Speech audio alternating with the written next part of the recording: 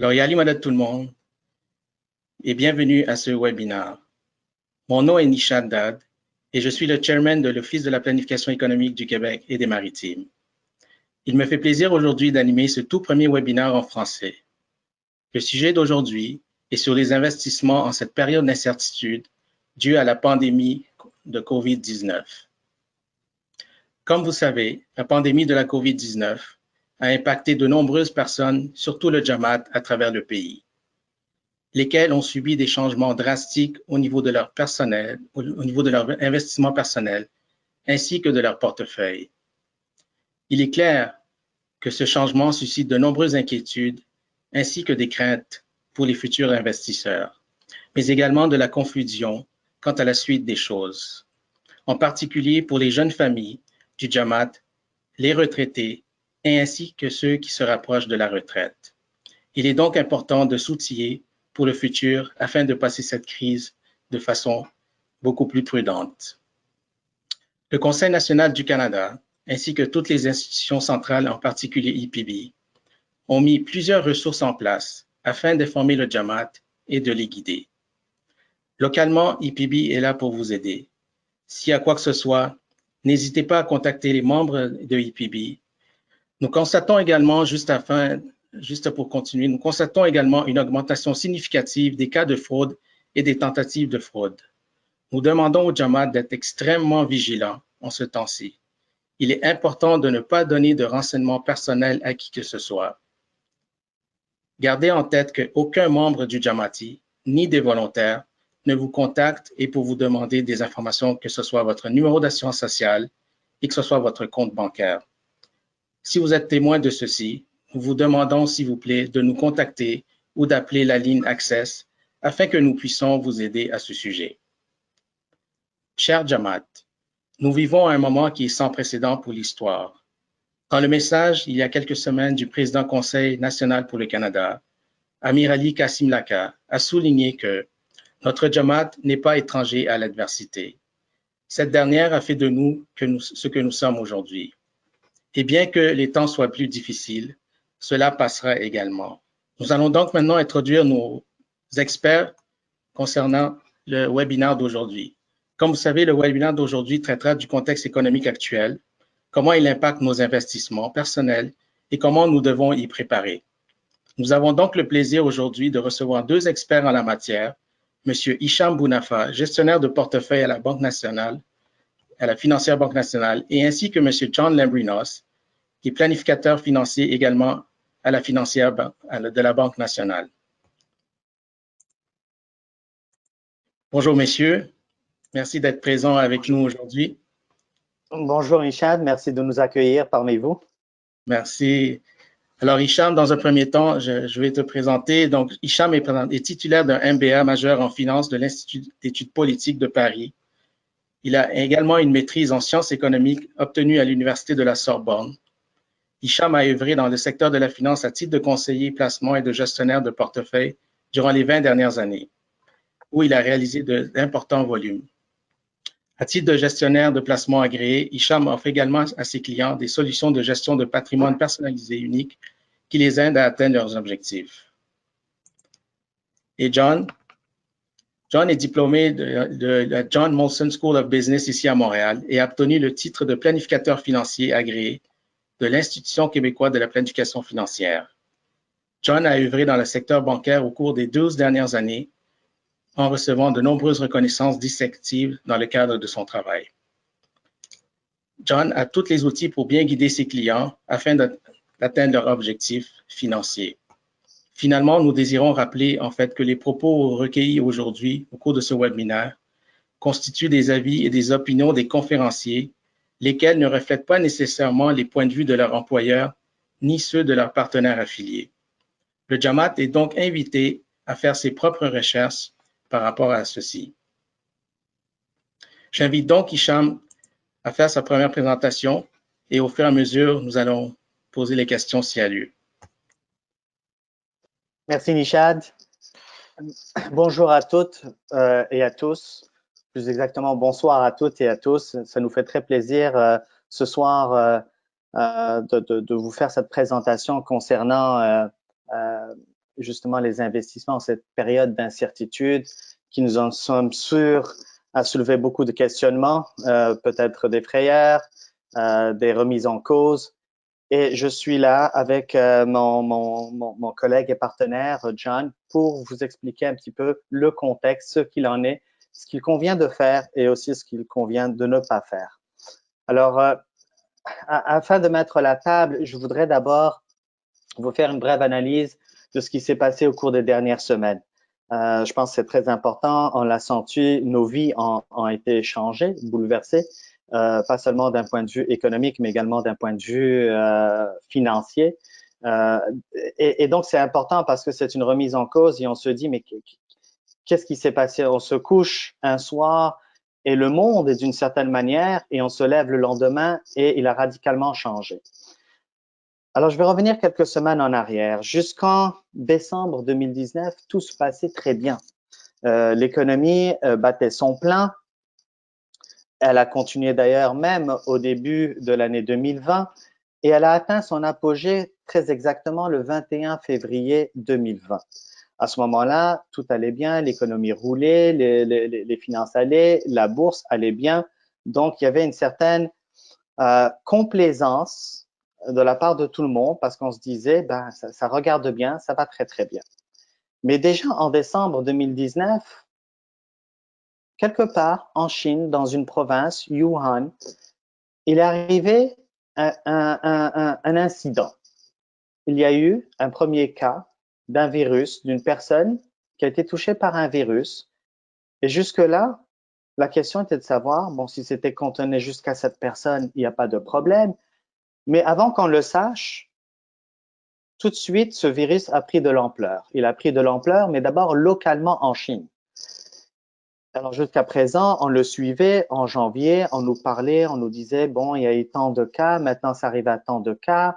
Ce virus n'est pas encore répertorié dans la nomenclature des virus, donc il va falloir trouver un remède, de quoi il s'agit, d'autant plus qu'il avait l'air d'être extrêmement contagieux et surtout, il était létal, c'est-à-dire que ça prenait pas longtemps lorsqu'on le contractait pour soit pouvoir en guérir, soit malheureusement en pâtir. Là où ça a commencé à devenir véritablement une préoccupation pour les autres pays, c'est lorsque la Chine a dû, vers justement la 3e semaine de février, annoncer qu'il y aura un certain nombre de manufactures chinoises qui vont devoir fermer leurs portes momentanément, ne serait-ce que pour contenir la pandémie. À ce moment-là, le qualificatif n'était pas encore pandémie, mais pour contenir, je dirais, l'émancipation du virus, l'expansion du virus.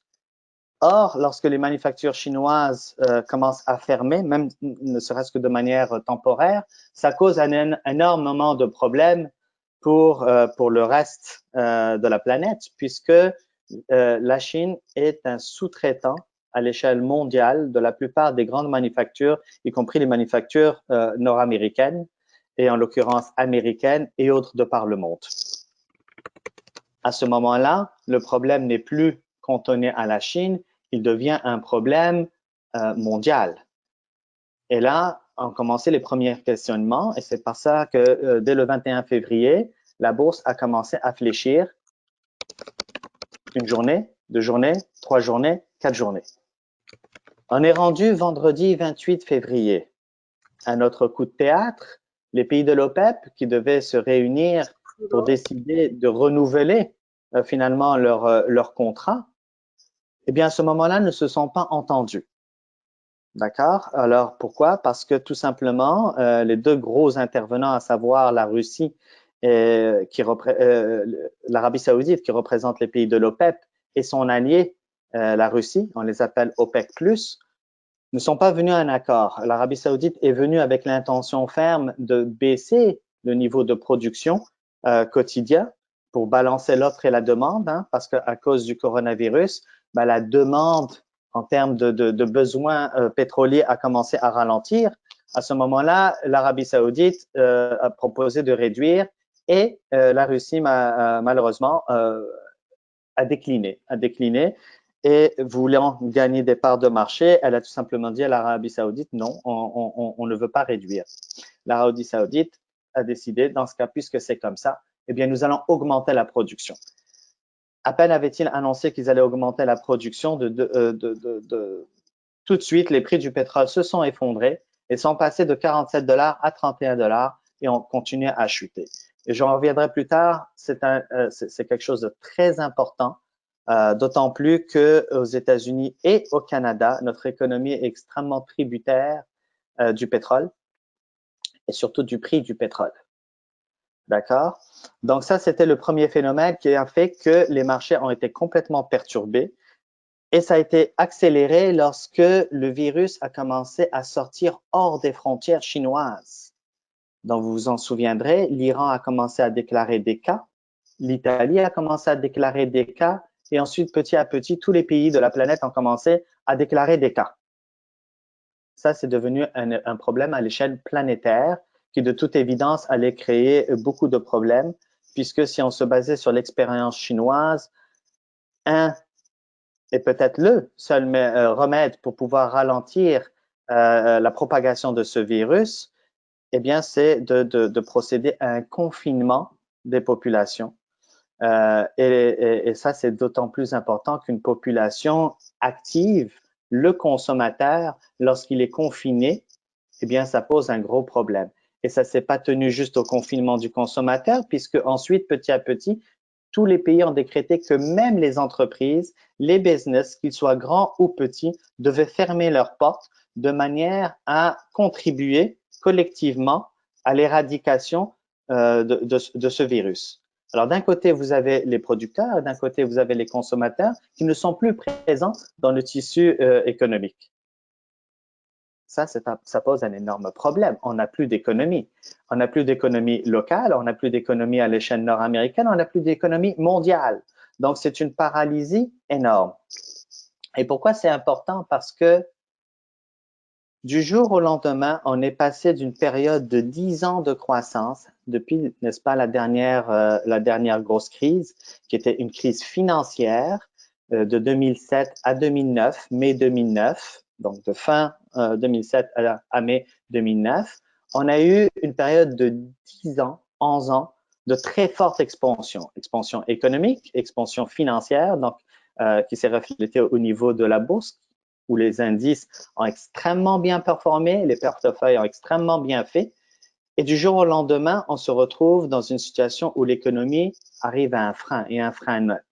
Et pourquoi c'est important? Parce que pour la première fois, ce n'est pas une récession ou une crise qui est engendrée par des facteurs économiques ou même financiers, mais qui est de notre gouverne. Nous avons décidé que nous devions arrêter l'économie pour des raisons et des enjeux d'ordre humanitaire, d'ordre sanitaire, pour des raisons de santé. Parce qu'on a privilégié la vie humaine par rapport à l'intérêt économique. Alors, bien sûr, la conséquence, c'est que l'état de l'économie actuelle, qu'elle soit au Canada ou dans le monde, eh bien, n'est pas très bien. Et ça, c'est pas un secret, puisque de toute façon, tout est bloqué. Donc, ça crée beaucoup de problèmes. Ça crée des problèmes au niveau, bien sûr, des finances personnelles de tout le monde. Donc, puisque beaucoup ont perdu leur emploi, certains entrepreneurs n'ayant pas le choix, puisqu'ils ne vendent plus, donc ils ne produisent plus. Et s'ils ne produisent plus, ils n'ont plus besoin de leur main-d'œuvre. Donc, ils doivent protéger le cash flow existant. Donc, ils ont licencié, même si ce n'est que de manière temporaire, leur main-d'œuvre. Vous multipliez ça à l'échelle nationale, à l'échelle nord-américaine, à l'échelle planétaire, et vous avez, et on le voit dans les nouvelles, par dizaines de milliers, par centaines de milliers, par millions, donc des demandeurs de chômage, et le taux de chômage qui monte et qui monte de manière exponentielle, et ce n'est pas fini. Hicham, j'avais des questions qui me viennent en fait en ce moment, si je peux me permettre de te les poser directement. Certainement. Merci pour le contexte que tu donnes et je pense que tu en as aussi encore beaucoup à nous informer. Mais une des questions qui nous vient, c'est pour savoir par rapport à 2008, la crise que nous avons connue financière, oui. Quelle est la différence aujourd'hui par rapport à cette crise-là? l'ampleur et la sévérité, parce qu'on voit aussi également la FMI qui nous dit qu'aujourd'hui, on tape sur une récession sévère, mais la principale différence, en fait, que tu vois. Très important. Je te remercie pour cette question, Nishad. Effectivement, il y a plusieurs différences à plusieurs niveaux. La crise financière de fin 2007 jusqu'à mai 2009 est une crise financière engendrée par plusieurs facteurs, une détérioration des actifs financiers, un surendettement, un endettement qu'on appelle le subprime, qui a engendré une crise de confiance, crise de liquidité et qui a failli faire sombrer le système bancaire nord-américain. Lequel, en sombrant, pouvait entraîner finalement avec lui toutes les connexions financières à travers la planète. De plus, la crise financière de 2007-2009 s'est étalée dans le temps. Si vous vous souvenez, les marchés ont commencé à se détériorer et ça a pris plusieurs mois avant que l'on trouve un fond à cette crise. D'accord? Parce que c'était comme un château de cartes. Un problème en engendrait un autre, qui lui-même engendrait un autre. Et donc, c'était, si vous voulez, la petite goutte qui petit à petit tombait et faisait sombrer le tout. D'accord? Okay. Alors qu'actuellement, cette crise n'est pas une crise engendrée par une détérioration des fondamentaux. Les fondamentaux étaient très, très bons. C'est une crise ou une récession provoquée et non pas une récession reçue ou une récession subie. D'accord? Et ça, c'est la grosse différence. C'est que nous avons décidé que nous allions arrêter l'économie temporairement en espérant que cette période où l'économie est donc finalement au point mort, on puisse la redémarrer sans qu'il y ait trop de dommages collatéraux. Mais les impacts aujourd'hui par rapport à justement le fait d'arrêter temporairement, momentanément l'économie a un impact un peu plus sévère ou même beaucoup plus profond par rapport à 2008 parce que quand on regarde aujourd'hui les États-Unis qui disent qu'ils ont déjà près de 25 millions de personnes en chômage, qui est déjà plus que ce qui a pris en fait presque une décennie à créer ces emplois. Aujourd'hui, on les a perdus en l'espace d'un mois. D'accord, et c'est là où je tiens à vous rassurer, c'est parce que toutes ces mises à pied qui ont été faites, la plupart de ces mises à pied sont des mises à pied temporaires. Il faut bien comprendre que les entreprises, en ayant fermé leurs portes, je dirais ne serait-ce que momentanément, les rembaucheront, comme au Canada, vous avez pu le constater avec Air Canada, qui à un moment donné avait dit, ben je licencie 16 700 employés pour venir la semaine d'après dire, ben le gouvernement a mis en place un système de subvention des salaires à hauteur de 75%. Finalement, je réembauche tout mon personnel. Et vous allez le voir souvent. Donc, il y a les pertes d'emploi qui sont des pertes d'emploi réelles, qui ne reviendront pas. Et il y a des pertes d'emploi, la grosse majorité aujourd'hui, qui seront des pertes d'emploi temporaires, dues à une situation qui elle-même, on la souhaite, temporaire. Okay. D'accord? Donc, je voudrais rassurer tous nos auditeurs, c'est que cette situation-là, elle est provoquée, on l'espère contrôler et surtout, on espère que aujourd'hui, vous allez pouvoir l'entendre dans les nouvelles, la plupart des gros pays, en l'occurrence les États-Unis, l'Allemagne, etc., ont déjà un discours tourné vers le lendemain, vers demain, c'est-à-dire essayer de ramener l'économie à se réouvrir, même si ce ne serait-ce que de manière graduelle. Okay. D'accord? Pourquoi? Parce que on commence à réaliser que plus cette situation perdure et plus ça risquerait de devenir très problématique, pour ne pas dire dramatique. Okay. D'accord? Parce que ça a des conséquences économiques, financières très importantes. Et ce qu'on ne veut pas, c'est bien entendu créer un chaos social. Alors, au cas où nos auditeurs ne le sauraient pas, aussi bien au Canada qu'aux États-Unis, 80% de la population active vit d'un paycheck à un paycheck. D'accord? Vit d'un salaire mensuel à un salaire mensuel. Donc, ils ne peuvent pas se permettre d'avoir une population active, contenue et qui ne dispose pas d'un revenu trop longtemps. Parfait. D'accord? C'est pour ça que tout de suite, vous avez vu l'implication des gouvernements qui ont voulu injecter et qui ont injecté dans le cas des États-Unis, des trilliards de dollars pour essayer de rassurer les marchés, pour essayer de leur dire, écoutez, nous sommes derrière là pour vous backer. La Fed, la Federal Reserve, aussi bien aux États-Unis que la Banque centrale du Canada, ont tout de suite intervenu en baissant les taux d'intérêt pour essayer non pas de contenir le virus, on ne contient pas le virus en baissant des taux d'intérêt. Hein, pour contenir un virus, il faut trouver un vaccin. Mais alors pourquoi ils ont fait ça? C'est juste pour essayer d'adoucir ou d'amortir l'impact financier qu'aurait une telle pandémie sur la population active. J'aimerais aussi parler, en fait, vraiment voir aussi c'est quoi en fait les impacts sur justement nos investisseurs aujourd'hui. On a beaucoup de gens de la communauté qui ont différents portfolios. Il y en a qui vivent aussi justement avec qui sont des professionnels de haut niveau. Il y en a qui sont au niveau de la classe moyenne. On a un peu de tout. Donc, j'aimerais savoir justement, c'est quoi les implications pour nous, pour les gens de la communauté? Qu'est-ce qu'ils doivent faire en fait pour se sécuriser? Parce qu'on a des gens qui sont près de la retraite ou qui sont à la retraite. Donc, comment ces gens-là, qu'est-ce qu'ils devraient faire pour justement s'assurer de préserver le capital? Et on a aussi un autre segment de la communauté, justement, qui sont un peu plus des jeunes professionnels avec des enfants. Eux, ils ont peut-être un peu plus le temps de garder ça à long terme, mais les retraités qui viennent ou qui s'approchent de la retraite, qui voient leur capital baisser à vue d'œil, qu'est-ce qu'on leur dit aujourd'hui? Est-ce qu'ils sortent l'argent? Comment on fait? Alors, c'est une très bonne question. Justement, quelles sont les implications pour nous en tant qu'investisseurs? Bien sûr, c'est fondamental de savoir qu'il y a deux choses. Il y a les marchés, le comportement des marchés, et le marché, par définition, est quelque chose que l'on ne contrôle pas. D'accord? On ne contrôle pas les marchés. Par contre, qu'est-ce qu'on contrôle? On contrôle soi-même. Mm-hmm. D'accord? Et on peut travailler sur soi-même de deux manières. D'abord, en contrôlant nos émotions, et deuxièmement, en sachant qu'est-ce qu'on fait. Et je laisserai le soin à John d'élaborer sur ces deux questions parce qu'elles sont extrêmement importantes, parce qu'elles touchent justement à l'intérêt, la nécessité d'avoir un plan financier qui est notre guide, qui est notre roadmap, d'accord? Mm-hmm. Et qui nous aide à cheminer.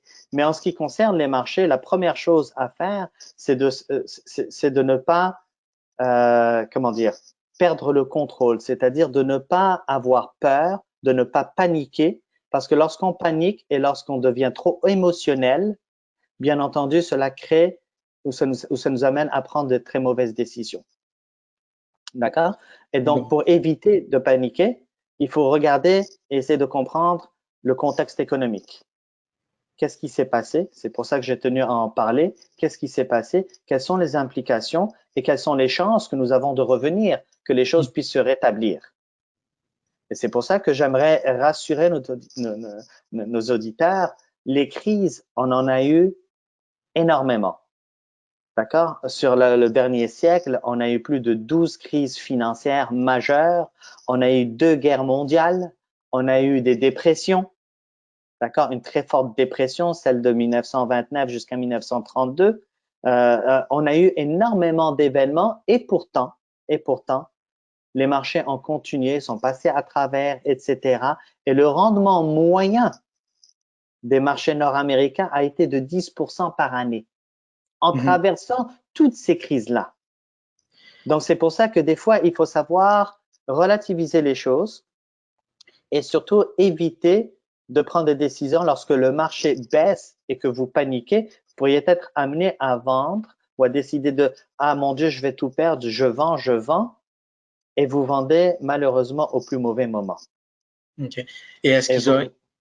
Pardon, vas-y. Oui. Alors c'est pour ça que c'est important, au lieu de paniquer, parce que c'est la réaction humaine, normale. Quand ça va mal, quand on crie au feu, tout le monde se met à courir et ensuite, on se pose pas la question où est-ce qu'il est pris le feu, où est-ce qu'il est pogné le feu. D'accord? C'est une réaction normale. Mais en finance, elle peut vraiment vous faire très mal, cette réaction-là. C'est pour ça ce qu'il convient de faire, c'est au contraire de s'asseoir avec son conseiller financier, d'accord? Ou son planificateur et lui dire comment est-ce que ça peut m'impacter, cette situation-là.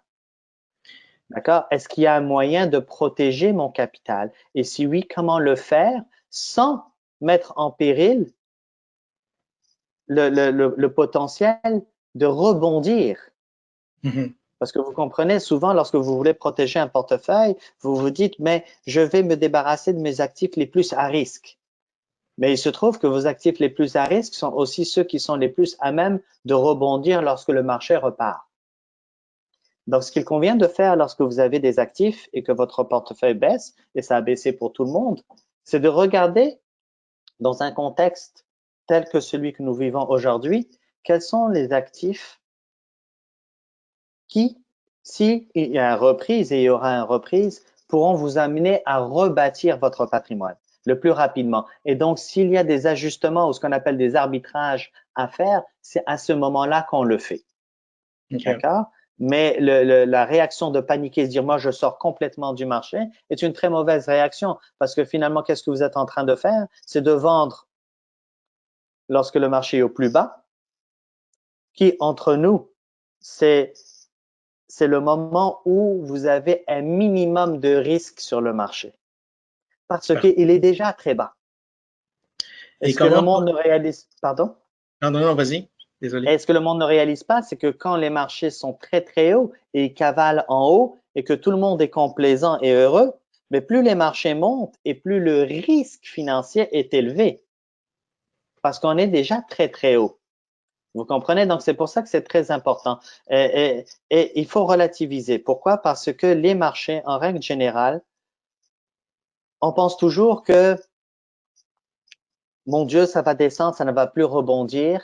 Et des fois, sur un très court laps de temps, et ça c'est un autre point, Nishad, pour répondre à votre question de tout à l'heure, qu'est-ce qui différencie 2008 par rapport à aujourd'hui, c'est que pour la première fois de l'histoire, les marchés ont baissé très rapidement, en l'espace de 4 semaines, ont perdu plus de 35%. Et c'est la première fois de l'histoire en 100 ans que les marchés baissent aussi rapidement. Et ça, est-ce que ça implique que la reprise va être aussi rapide? Parce que je vois des questions en fait qui me sont envoyées en ce moment.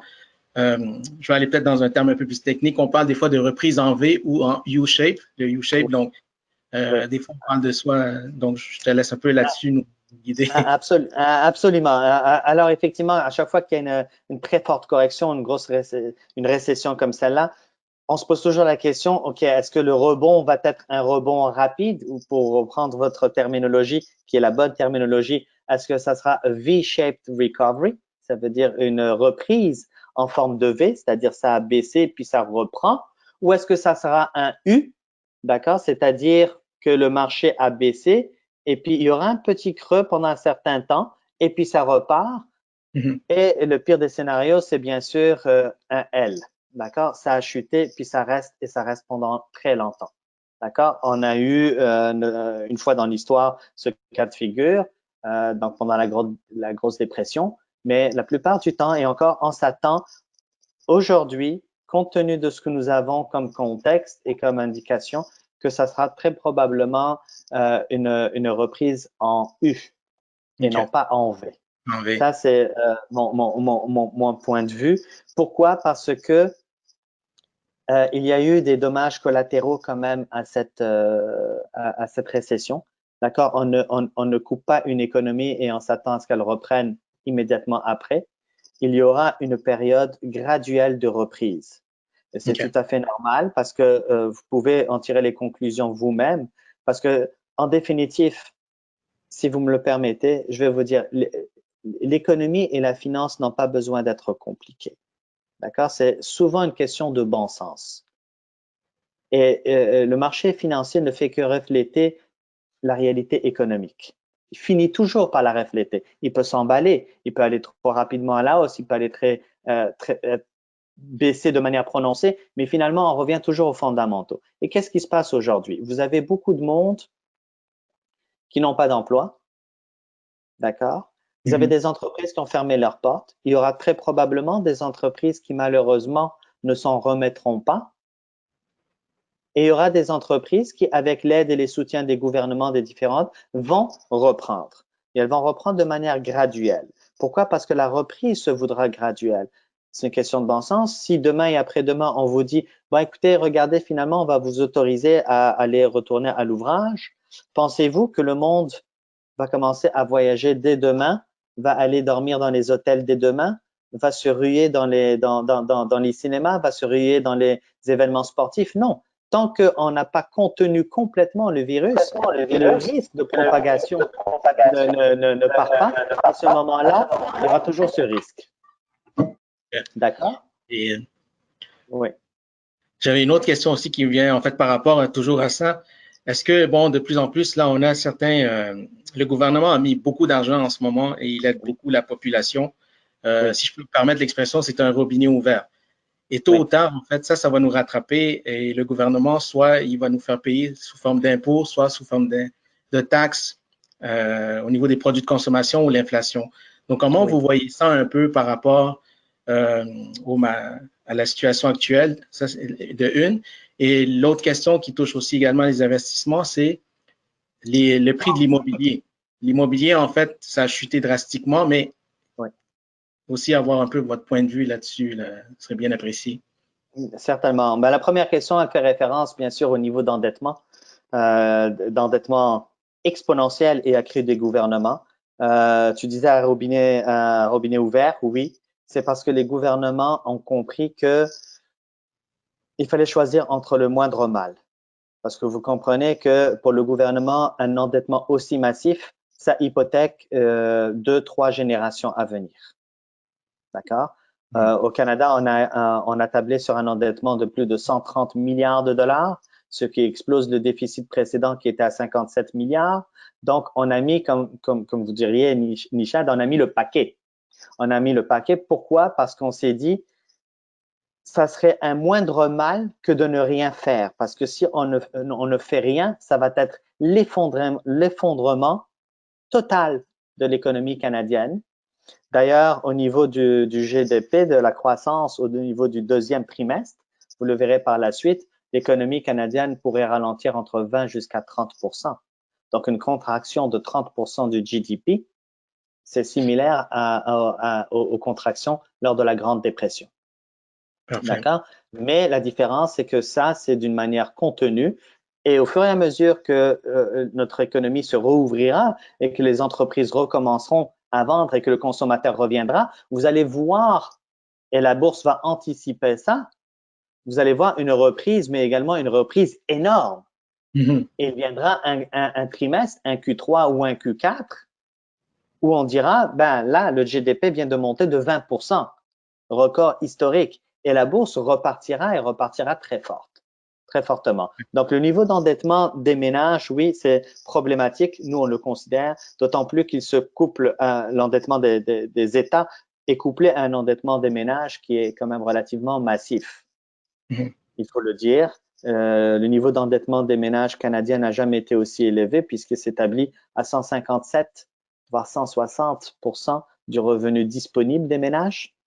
Super. Ce qui veut dire que les ménages canadiens n'ont pas beaucoup de marge de manœuvre. D'accord? Donc, les gouvernements en ont beaucoup conscience et c'est pour ça que nous pensons que les niveaux des taux d'intérêt vont rester faibles et vont rester faibles pendant encore un long moment. Okay. J'aimerais aussi entendre, pardon, John éventuellement parce que le temps file aussi.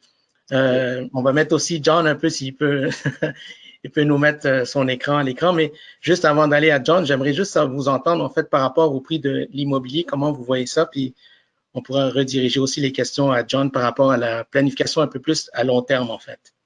Absolument. Nous, au niveau de l'immobilier, c'est clair que le marché de l'immobilier a connu une décennie absolument extraordinaire. Je dirais depuis en fait 2 décennies absolument extraordinaires, puisque depuis 2001, le marché ne fait que monter. Donc, on a parlé souvent de bulle spéculative. Une bulle spéculative nourrie par un endettement massif. D'accord? Puisque lorsque les taux d'intérêt baissent et baissent drastiquement, vous comprenez que beaucoup de gens sont amenés à emprunter et à acheter des propriétés. Donc, on est passé de la propriété que vous achetez à titre personnel à des propriétés à titre spéculatif. Je l'achète parce que ça va continuer à monter, etc. Maintenant que les liquidités se sont plus ou moins taries avec tout ce qui est arrivé, vous comprendrez que ça va donner un frein et un frein drastique à l'expansion de l'immobilier. Donc, dans un premier temps, vous allez voir un ralentissement net de la croissance. Donc, il ne faut pas confondre donc baisse avec ralentissement de la croissance, mais ensuite, au fur et à mesure qu'on va voir les choses évoluer, vous allez voir, on s'attend à quand même une petite correction de l'immobilier, mais pas quelque chose de drastique. Okay. Donc, si je comprends bien, c'est qu'on aura un ralentissement, mais la chute de prix, ça c'est… Il y aura marginalement une petite baisse et correction des prix, mais pas quelque chose de drastique. Parce que la demande est encore là, donc de ce côté-là, c'est correct. Donc, un investisseur, en fait, qui est avisé, par exemple, lui, peut avoir un bon portfolio diversifié parce que c'est la clé aujourd'hui. Oui. S'ils ont des actifs en termes d'immobilier versus des actions et tout ça, en termes d'exposition Oui. de portefeuille, une personne, en fait, aujourd'hui, oui, le pourcentage, en fait, d'exposition à tel actif par rapport à un autre. C'est un très bon point, Nishad. Et puis, je céderai la parole à John pour vous en parler davantage. Mais un portefeuille est toujours établi en fonction des objectifs de chacun. Parce qu'on n'est pas tous dans le même cycle de vie. Exact. Vous comprenez? Donc, un portefeuille pour une personne qui est à la veille de prendre sa retraite, ou encore plus, une personne qui est à la retraite, il est clair qu'ils vont pas posséder le même portefeuille d'actifs qu'un jeune couple qui tous les deux travaillent, c'est des jeunes professionnels et qui commencent dans leur carrière et qui ont un bon revenu. Exact. Vous comprenez? Donc, plus on est jeune, il y a ce qu'on appelle la règle du pouce qui voudrait que votre portion revenu fixe corresponde à votre âge. D'accord? La portion revenu fixe, c'est la portion pépère, c'est la portion très stable, très safe. Et donc, plus avancé dans l'âge, quelqu'un qui a 75-80 ans devrait avoir 75-80% d'actifs stables, d'actifs sereins. Ces actifs, ça peut être des propriétés. Ouais. Ça peut être des propriétés. On a beaucoup de clients qui nous disent, même s'ils sont avancés dans l'âge, écoutez, ces actifs-là, c'est pour investir, pour la croissance, parce que moi, j'ai de mon côté déjà beaucoup d'actifs immobiliers et c'est ma partie que je considère plus stable. Vous voyez? Ouais. Donc, si je comprends bien, en fait, une personne de peut-être 35 ans, quand vous dites la règle du pouce, je sais qu'il y a une règle et je ne sais pas jusqu'à quelle mesure elle est vraie ou réelle ou vraie, mais on dit que on peut faire 100 moins l'âge de la personne qui est 35 ans, donc elle devrait avoir 65% d'exposition au marché du stock market. Absolument. Absolument. Okay. Absolument. C'est exactement ça. Donc, c'est toujours ça. C'est la règle du pouce. Donc, par déduction logique, si 35% c'est du revenu fixe stable, donc la différence par rapport à 165% doit être une exposition au marché. Parfait. OK. Alors, souvent, il y a le côté émotionnel. Le monde se dit, mais attendez, le timing, quand est-ce qu'il faut investir? Est-ce que je devrais… La réalité, et John en parlera, c'est la discipline. D'accord? La discipline. C'est-à-dire qu'il faut avoir une discipline d'investir régulièrement, quel que soit l'état des marchés. Parce que sur le long terme, ça s'amenuise et le moment où vous êtes rentré dans le marché n'a aucune importance. Maintenant, souvent, bien sûr, il faut jouer le côté tactique. Et le côté tactique fait que lorsqu'il y a des grosses corrections comme celles que nous vivons actuellement, elles offrent de très, très bonnes opportunités pour pouvoir se positionner sur le marché. Et vous voyez, et le risque, c'est que beaucoup de monde pense que parce que les marchés sont très bas, parce que ça va pas bien, mon Dieu, je touche pas au marché. Et c'est ça l'erreur. C'est ça l'erreur, parce que c'est quand tout va mal que les prix des actifs sont au plus bas, comme vous le voyez sur la courbe que vous voyez en face de vous. C'est quand tout va très mal que le monde est découragé et on a passé donc le stade de la panique. On est maintenant dans le mode découragement. Non, non, je touche pas, je veux même pas regarder ce qui se passe. Que c'est là où potentiellement vous avez le maximum de gains potentiels parce que les actifs sont au plus bas. Et donc, pour peu que vous oubliez de regarder demain et après-demain, vous regardez sur le long terme, vous pouvez vous positionner dans des actifs, donc des actions de compagnies bien établies qui d'ici 2 ans, 3 ans, 5 ans, 10 ans seront encore là et feront très, très bien. Parfait. Et je ne sais pas si on peut, en fait, si John pourrait justement, parce que le temps file, je vois, là, on a à peu près 15 minutes. J'aimerais Oui. également justement que John nous donne un peu son point de vue par rapport aussi, justement, vous avez parlé, Hicham, de l'importance de la planification et des objectifs à long terme. Donc, c'est de voir aussi avec John, en fait, le plan financier pour outiller, en fait, nos gens qui nous écoutent en ce moment, qu'est-ce qui devrait être fait, comment ils devraient procéder et tout ça. Donc, je te laisse la parole là-dessus, John, et puis si j'ai des questions entre-temps, là, je t'en ferai part, là. Oui, bonjour, merci Nishad. Donc, merci beaucoup, vous deux, pour élaborer. Je veux juste élaborer sur votre point sur l'importance d'avoir un bon plan financier.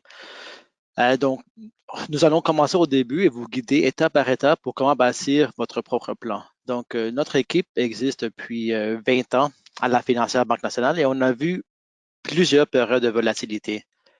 Mais il y a toujours un constant qui se tient toujours vrai. En période de crise, ce n'est pas le temps de paniquer et vendre à la baisse des marchés. C'est pourtant de croire au processus et de suivre votre plan financier. Donc, quand nous rencontrons des clients pour la première fois, il n'y a rien de plus important de prendre le temps de les bien connaître et de connaître leurs objectifs pour établir une solution sur mesure qui répond à leurs besoins spécifiques. Donc, votre plan dépend sur votre projet court, moyen et long terme. Exemple, un achat de maison ou prendre la retraite sont des stratégies très différentes qui vont jouer sur votre tolérance de risque. Donc, la diversification de votre portefeuille et choix d'investissement va déterminer les risques et volatilité de vos investissements en temps d'incertitude. Et dans ce contexte, nous pouvons vraiment voir la valeur d'un gestionnaire de portefeuille comme Hicham. Donc, le but ultime est de ne pas seulement faire croître votre portefeuille, mais aussi de le protéger à la baisse. Non. Et dernièrement, ouais. Non, vas-y, John, excuse-moi, je te laisse finir. Mais je veux dire, dernièrement, un plan financier n'est pas quelque chose qui est statique. C'est quelque chose qui est très dynamique et révisé périodiquement, donc selon des changements importants dans votre vie personnelle. Donc, c'est soit un perte d'emploi ou un achat de maison, un mariage, une naissance, un décès. Donc, c'est quelque chose qui est toujours mis à jour. Puis, ça correspond vraiment à votre vie et votre objectif. Donc, si je comprends bien ce que tu dis, John, c'est que peu importe ton âge aujourd'hui et ta situation, que tu sois marié, des enfants en retraite ou tu es un jeune célibataire qui commence ta carrière, c'est toujours important, en fait, de revenir à la base et de faire un plan financier. Ouais, parce que regarde, à la base, nos projections qu'on fait pour un plan financier sont déjà très conservateurs. Puis, ils sont bâtis sur la durée, l'objectif de chaque client. Donc, si tu achètes une maison dans 2 ans, tu prends la retraite de 20 ans, Hicham, selon mon plan, va mettre une stratégie de placement en place selon le plan qu'on fait pour les clients. Donc, si je dis à Hicham, regarde, le client prend la retraite de 20 ans, il a une tolérance d'un risque assez élevé, il peut prendre plus de risques, on peut aller chercher plus de rendement. Quelqu'un qui est plus conservateur, qui a besoin de l'argent dans 2 ans pour une mise de fonds de maison, les investissements vont refléter vraiment le projet du client. OK. Et en termes de, par exemple, si moi, j'ai un portefeuille qui est vraiment à risque un peu beaucoup plus élevé versus un qui est un peu plus passif et dépendamment de ma situation, on peut ajuster au fil du temps et tout ça. C'est Oh, ça? absolument. Donc, disons, si vous me dites, regarde, je veux acheter un condo, puis finalement, dans 2 ans, regarde, j'achète plus le condo, la stratégie change, le but change, on éjecte les fonds, puis on fait les projections pour le prochain projet. Donc, c'est sûr, comme je dis, à chaque année ou à chaque temps qu'il y a une force majeure dans votre vie, on va faire un ajustement à votre plan, puis au placement. OK. Mais aujourd'hui, pour le conseil que tu donnerais, par exemple, à un jeune ou une personne qui est d'un jeune couple, en termes de diversification, d'investissement, euh, quel serait pour toi un conseil qui serait judicieux aujourd'hui, en fait, pour un jeune qui commence ou soit un couple avec des jeunes familles ou même un retraité, en fait? Je veux dire, Ouais, mais quelqu'un qui commence, la meilleure chose de faire, c'est d'investir systématiquement. De le faire à chaque paie ou une fois par mois ou différentes périodes pendant l'année. Comme ça, vous achetez le marché à différents niveaux. Donc, même s'il y a des baisses ou des hausses, votre moyenne va toujours mieux que d'éjecter un montant forfaitaire, disons que tu l'avais fait, ça fait un mois, puis ça baissait tout à coup de 20, 30, 40%. Mais si tu l'as fait tranquillement pendant l'année, tu as fait des gains, tu as acheté le marché à la baisse, à la hausse, ta moyenne est beaucoup plus hausse. Donc, la meilleure chose que je te dis, c'est de le faire ça systématiquement et de continuer à investir périodiquement. OK. Je vais demander aussi à Hicham peut-être de se mettre à l'écran, juste parce que on arrive, il reste à peu près une dizaine de minutes. Je vais aussi donner un peu la chance, il y a des questions qui rentrent un peu, si vous pouvez répondre en fait tous les deux. J'ai des questions qui sont un peu spécifiques et qui demandent par exemple, aujourd'hui, selon vous, quel type de placement qu'il faudrait privilégier selon vous? On sait que les taux sont tellement bas, donc selon vous, en ce moment-là, est-ce que il y a des placements que vous direz, OK, ça, ce serait beaucoup mieux ou par rapport à un autre? Oui, alors, si tu me permets, John, je vais répondre à cette question. En fait, cette question, elle est bâtie sur la base de ce que John a dit. Le placement a une convenance avant tout. D'accord? Si vous êtes une personne âgée, vous allez devoir investir, je dis âgé dans 70, 75, 80 ans. Ce n'est pas parce que le marché est bas que vous allez soudainement devenir agressif et investir tout votre portefeuille dans le marché des actions. D'accord? Combien même il y a des opportunités. Vous pouvez le faire pour une petite portion, mais vous ne pouvez pas basculer complètement parce que les placements doivent refléter votre tolérance au risque, votre âge. Maintenant, en ce qui concerne les placements actuels, il faut voir que l'économie et ce qui s'est passé va très vraisemblablement favoriser certains secteurs au détriment d'autres. D'accord? On le voit de plus en plus aujourd'hui. Nous en sommes l'exemple. Nous communiquons par video conferencing. Dans toutes les compagnies qui évoluent dans ce domaine-là, et on le voit aujourd'hui sur le marché boursier, font extrêmement bien. Donc, tout ce qui est cloud, tout ce qui est video conferencing, tout ce qui est également e-commerce. Donc, je ne nommerai pas de compagnie, mais vous savez tous quelles sont les grosses plateformes, que ce soit en Asie ou en Amérique du Nord au niveau du e-commerce, donc les gros distributeurs de ce monde qui font très, très, très bien. La même chose, les compagnies qui sont dans le streaming et qui permettent dans une période de confinement, le monde n'a rien à faire. Tiens, je vais regarder la télévision, je vais télécharger des films, je vais regarder des films. Donc ça, ce sont les secteurs qui actuellement performeront, ainsi que les big pharma. D'accord? Parce que je pense que le monde a pris conscience que nous avons sous-investi au niveau de la recherche, d'accord? Et que ce qui arrive aujourd'hui, il n'est pas exclu qu'il puisse se reproduire encore et qu'on puisse avoir d'autres événements et d'autres événements qui pourraient être bien pires que celui d'aujourd'hui. Parfait. D'accord? Donc, ce qu'il faut voir, l'investissement, bien sûr, il y a toujours les types traditionnels, conservateurs, le système bancaire, le système des assurances, le système des télécommunications. Sont toujours importants dans un portefeuille et constituent un cœur. Mais aujourd'hui, il faut s'ouvrir à des segments qui sont les segments de l'économie de demain et positionner le portefeuille dans ce sens-là pour bénéficier de la croissance qui va s'opérer inéluctablement dans ces secteurs-là. Parfait. On a peut-être le temps pour deux petites questions et après ça, je vais vous laisser la parole un peu de fin. Puis finalement, je conclurai. Donc, j'ai une autre question en fait qui me vient. On me demande ici, est-ce que les jeunes aujourd'hui, c'est une question un peu qui est spécifique, c'est que est-ce que les jeunes aujourd'hui, je pense que tu as déjà répondu du fait que nous sommes dans un creux, est-ce que nous avons atteint déjà le creux selon vous? Et de deux, est-ce que comme nous sommes dans un creux, est-ce que les jeunes devraient justement investir pour justement planifier leur avenir et dans quel secteur en fait? D'accord. John, tu veux répondre ou je… Mais regarde, on ne sait jamais si c'est un bon temps, un mauvais temps d'investir. Donc, si vos plans sont pour assez long terme, puis tu veux prendre un peu de fluctuation, c'est toujours une bonne idée de commencer à investir. Peu importe où on est rendu dans le cycle, parce qu'on ne sait pas où on est rendu en réalité. Ça peut changer le lendemain. Donc, si vous investissez pour le long terme, vous êtes mieux de continuer à investir. Donc, c'est de prendre position doucement, lentement, comme on dit, toucher l'eau un peu si elle est chaude ou elle est froide, puis au fur et à mesure rentrer dans le système, dans le marché, quoi. Absolument, absolument, Nishat, parce que je renforce effectivement, puis dans la même optique que John l'a dit, on ne peut pas connaître un fond de marché et on ne peut jamais connaître le sommet d'un marché. D'accord? On ne le réalise qu'après coup.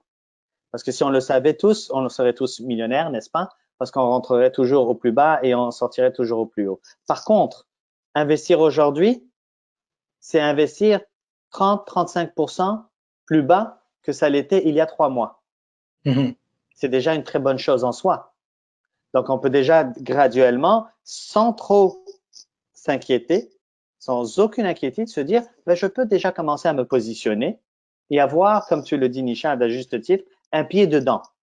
Puis, ma foi, si ça baisse encore plus bas, ben, je pourrais faire rentrer le deuxième pied ou rajouter encore.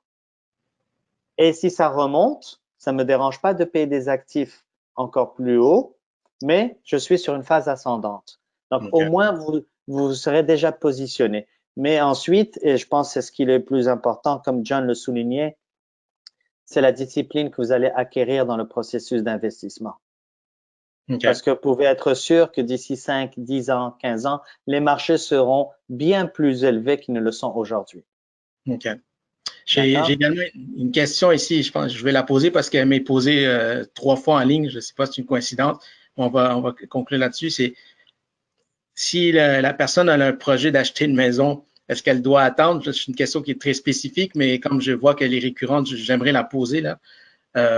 On pourra vous laisser là-dessus. Là. Donc, est-ce qu'en ce moment, c'est le bon moment d'acheter un actif immobilier ou est-ce qu'on doit attendre ou comment vous voyez les choses?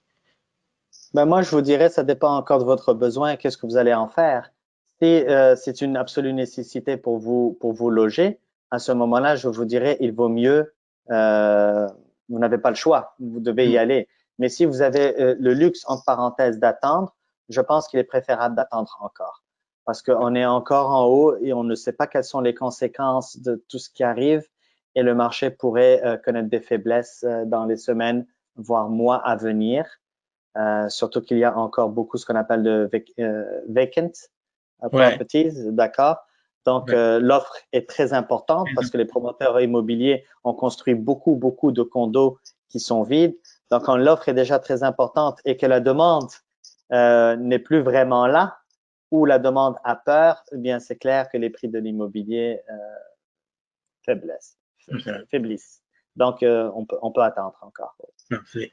En 30 secondes, là, il nous reste quelques minutes. En 30 secondes, chacun de votre tour, un petit mot de la fin là-dessus par rapport aujourd'hui à quelque chose que vous voulez laisser aux gens qui nous écoutent aujourd'hui. Qu'est-ce qu'il faut faire ou un conseil ou qui pourrait les aider ou un mot-clé, là? Je vous laisse peut-être Hicham, vas-y, ou John. Oui, alors moi je vous dirais déjà le fait que on puisse discuter de ce qui s'est passé et d'essayer de comprendre et de se positionner, c'est un énorme plus. D'accord? Moi, je suis très content que la réflexion est portée là-dessus. Je vais vous dire, à chaque crise se trouve énormément d'opportunités. Énormément d'opportunités. Donc, je pense qu'au contraire, au lieu d'avoir peur, c'est très bien de se dire quelles sont les opportunités. J'ai l'opportunité, la chance de probablement pouvoir me positionner et bâtir un portefeuille à un moment où les marchés sont relativement très bas par rapport aux dernières années. Vous comprenez? Donc, il faut être optimiste. Il faut être optimiste aussi. Sachez que vous n'êtes pas seul. Vous n'êtes pas seul parce que tous les investisseurs sont confrontés au même dilemme. Et je ne parle pas juste du Canada, je parle maintenant à l'échelle planétaire. Donc, nous ne sommes pas seuls parce que nous avons le backing des gouvernements, nous avons le backing des banques centrales. Tout le monde œuvre dans la même direction, qui est de remettre l'économie on track, comme on dit, pour qu'elle commence à rerouler et à re-aller de l'avant.